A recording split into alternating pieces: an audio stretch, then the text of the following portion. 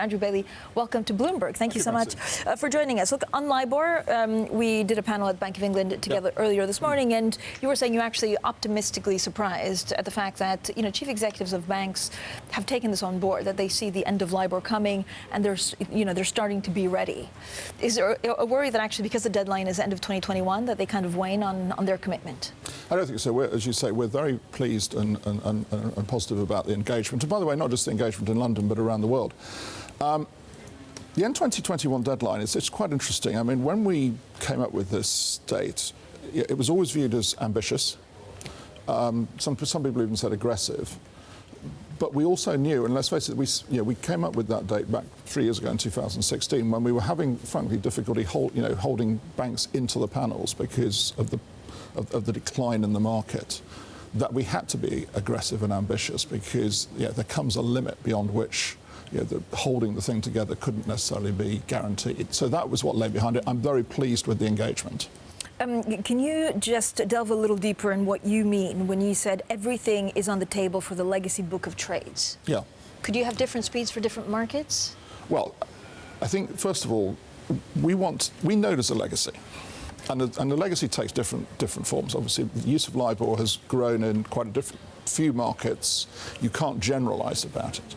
We want to ensure that the market adopts tools and systems that allow as much of the legacy to be taken out through market processes as possible. But I know, as I said this morning earlier at the event we had, that we will come to a point when we have to have discussions about the tough legacy. And how we deal with that, there's a lot of talk around whether it's legislation, whether it's market-led activity, whether there are, to what extent term rates will deal with it, whether there are other solutions. All options should be left on the table at this point. Mr. Bailey, it is important to speak to you not only because you're clearly on the short list to be the next governor of the Bank of England, but also your deep experience. Mervyn King gave an exceptionally important speech in Scotland on the banking crisis, on Northern Rock. You lived it. What did you learn from the banking crisis of Northern Rock? You were clearly in the trenches of that you would bring forward if you gain the stewardship of the Bank of England. Well, let me first of all say, I think I've said it in here before, I don't spend my time thinking about what I'm going to be doing in the future. I've got No, we so do. many We're things. in charge of that. You do that, and that's great. I'm very pleased you do that. I've got, if you're seeing... What did you learn in the trenches with Northern Rock that our audience needs to know? Well, first of all, that the banking system at that time was not adequately capitalized, did not have adequate liquidity buffers, and there were fatal flaws in quite a few banks' business models. And obviously the whole agenda since then, led by the Financial Stability Board, which of course Mark Carney chaired, has been to address those globally. I think there was a defining moment in the financial crisis where we could have gone into a world that was more balkanized, and open markets declined, or we adopted a regulatory approach that preserved open markets. And fortunately, we went for the latter. Within this is the lessons learned about shadow banking. In every interview that Francine and I do, we say there's still shadow banking. It's a different shadow banking. What are the shadows that are out there right now? Well, we've really dropped the term shadow banking. The FSB globally is... I know, it's not a proper word, but we use it. Non-bank finance. And the reason for that, so first of all, one of the very sensible things that has changed since the financial crisis is, if you like, a shift in the balance of financial intermediation away from the banking system towards the non-banking system, in the sense that assets that are more naturally held in non-bank vehicles are now being intermediated through the non-bank system. That's sensible. It was one of the causes of vulnerability. It, of course, means that we have to spend a lot more time thinking about what can happen in the non-bank system, and in two respects. One, from a financial stability point of view, could it lead to the sort of, if you like, the sort of tremors and problems that went through the system 10 years ago, and what do we do about that? Secondly, if you're in a position of being a markets regulator like the FCA and others around the world, we worry about what I call integrity. So it's not financial stability in the classic sense, but can we undermine the operation? Would it undermine the operating of markets? And what do we do about that? We also need to talk about Neil Woodford. And Tom, this is, the once one of the most renowned fund managers in the UK, and apologize for freezing the fund. What can the the FCA do to oversee these funds? So Neil Woodford, the Neil Woodford situation, I think, is a very good illustration of what we were just talking about in terms of market integrity. So the reason that it was necessary and essential that there was a suspension of the fund was because otherwise you could have had a disorderly process of investors exiting.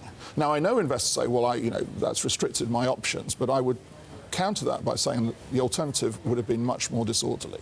Key thing now is, of course, that creates you a period of time. It's not a fixed period of time to put in place a plan and a program of work that will solve that problem in as orderly a way as possible. And that's what the FCA will be obviously closely watching, closely involved in where we think it's necessary. But what does it tell us actually about the funds being invested in the liquid securities, right? Does it say anything about the broader industry, and do you need to look into that? Well, I think it tells us something that lies behind the things we were just discussing about the more global situation, that the non-bank world, of course, invests in illiquid assets, and it should, because it's, in a way, it's much better that they're in the non-bank world than they're in the bank world.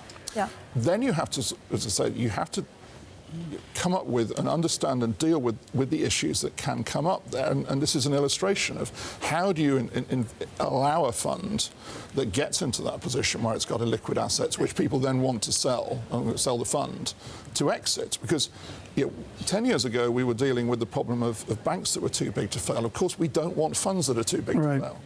Dr. Bailey, this is a delicate question. I'm going to ask it with great respect for your public duties. There's a modest German bank having modest problems right now. Everyone in America would like to know the regulatory review of any given German bank, Commerzbank, Deutsche Bank, whatever. Do you have confidence that regulators in Germany, here in London, and in the United States are looking over any given troubled bank? I can tell you that, and this has been, of course, a big focus of the post-crisis work, that the coordination of regulators around the world, but in the major centres, because you're pointing to the major centres there, is a lot more intensive and a lot more thorough. And yeah, we work together very closely. Okay, that was a diplomatic answer. It was diplomatic. He got through that nicely. I have a lot to ask you about because you're here for Libor. Let me just wrap it up with: is Libor more disruptive? Can it, the end of Libor, can it be more disrupted than MiFID II or even Brexit preparations? So I think it's bigger than MiFID II.